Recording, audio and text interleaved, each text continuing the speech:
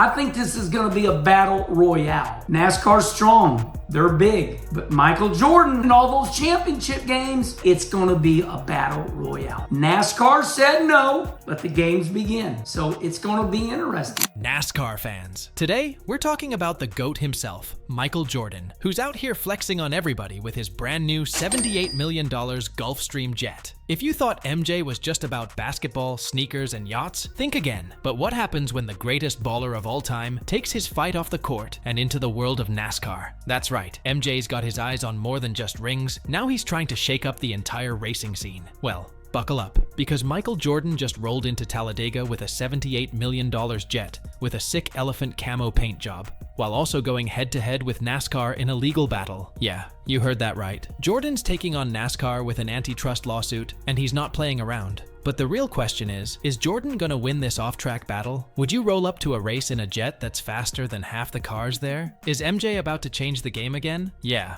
it's a wild ride, so buckle up. Let's dive into the drama and some recent updates. Alright, let's kick things off with the main event. Michael Jordan, the man, the myth, the billionaire, just rolled up to the Talladega race in something a little more than just first class. We're talking about his brand new 2024 Gulfstream G650ER, a private jet that sets you back a solid $78 million.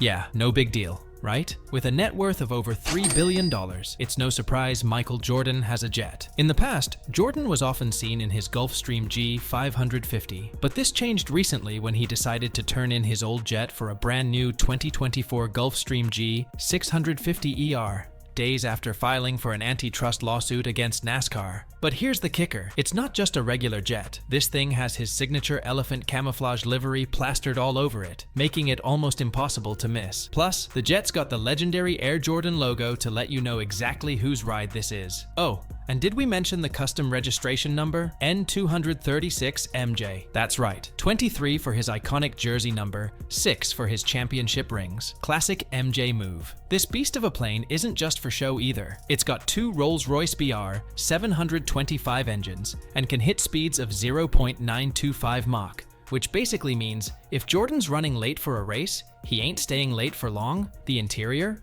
Well, that's still under wraps. But knowing Jordan's flair for luxury, you can bet it's decked out with the finest. The massive black, gray, and maroon jet stands out from the rest as it managed to set more than 125 world speed records, making sure Jordan is never late for a race. But why did MJ show up in this jet right now, in the middle of all the NASCAR drama? Yeah, there's some serious beef brewing, and it's time we break it down. If you're as hyped as we are about the NASCAR playoffs, make sure to drop your predictions in the comments, subscribe to our channel, and ring the bell for the latest NASCAR news and driver stories. So here's where things get spicy. While Jordan's pulling up in style at Talladega, behind the scenes, he's also gearing up for a legal showdown against NASCAR. That's right, MJ is not just racing for wins, he's racing for fairness in the sport, and it's all centered around NASCAR's charter system. Quick breakdown for those not familiar with it. NASCAR's charter system basically controls who gets to race, where, and under what conditions. It's a system that 23XI Racing, the team co-owned by Jordan and Denny Hamlin, along with Front Row Motorsports, aren't too happy about. They believe it's stifling competition, and they're taking NASCAR to court over it.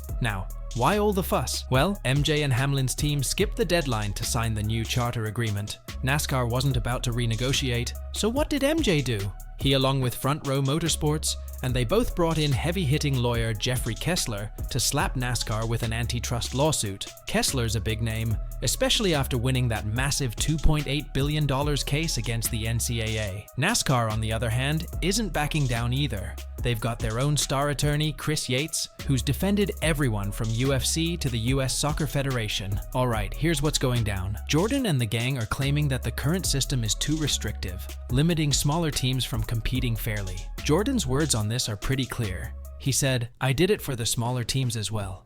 It's not just me. I think everybody should have an opportunity to be successful in any business." MJ's not just in this fight for himself. He's looking out for the underdogs. But NASCAR, they believe the system has been in place for years, and it is completely fair. They're also arguing that MJ's team isn't going to suffer that much harm because even if they lose the lawsuit, they can still race as open teams. Open teams don't get all the perks that come with having a charter, but they can still compete. NASCAR's stance is that this whole case is more about contract terms, not an actual antitrust violation.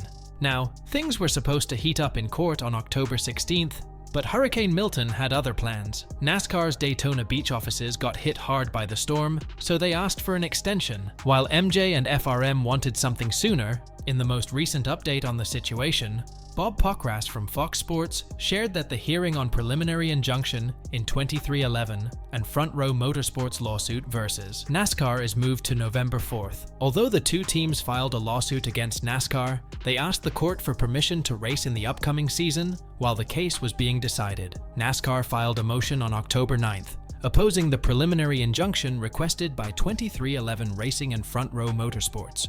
The sanctioning body argued that a mandatory injunction is only justified in the most extraordinary circumstances, which it claims are not applicable in this situation.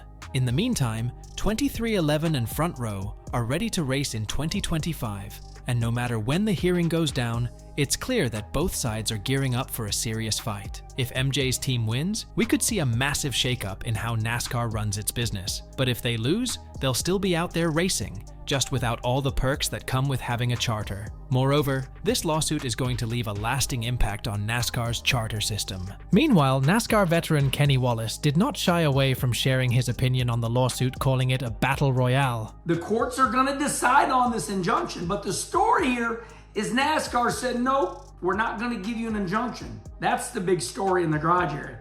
NASCAR's first response, no. And here's why. Because you're suing us, and here's what's interesting. NASCAR says, if 2311 prevails, then we can settle up then. This is all my opinion, what's going to happen. But I told you what happened, and I'm right. I think this is going to be a battle royale. NASCAR's strong, they're big, but Michael Jordan and all those championship games, listen, it's like I said, it's going to be a battle royale. And like I said, NASCAR said no, but the games begin. So it's going to be interesting. Now, while we wait to see what happens in court, let's take a step back and appreciate MJ's billionaire moves. We've talked about his new jet, and we know this man is living the dream. But at the same time, he's not afraid to stand up for what he believes in. Whether it's in the NBA, NASCAR, or the business world, MJ's all about winning and making sure everyone gets a fair shot. So, what do you guys think? Is Michael Jordan right to take on NASCAR? Or is this just another billionaire flexing his muscle? And if you were in his shoes, what would you spend your money on first? Also, what are your views on MJ versus NASCAR lawsuit? Do you think that NASCAR will let them race in the upcoming season? Drop your thoughts in the comments below, and let's get this discussion rolling. Don't forget to hit that like and subscribe for more interesting stories and updates from everything NASCAR. Do share this video with your friends. Until next time, keep the conversation going on, lucky dog on track.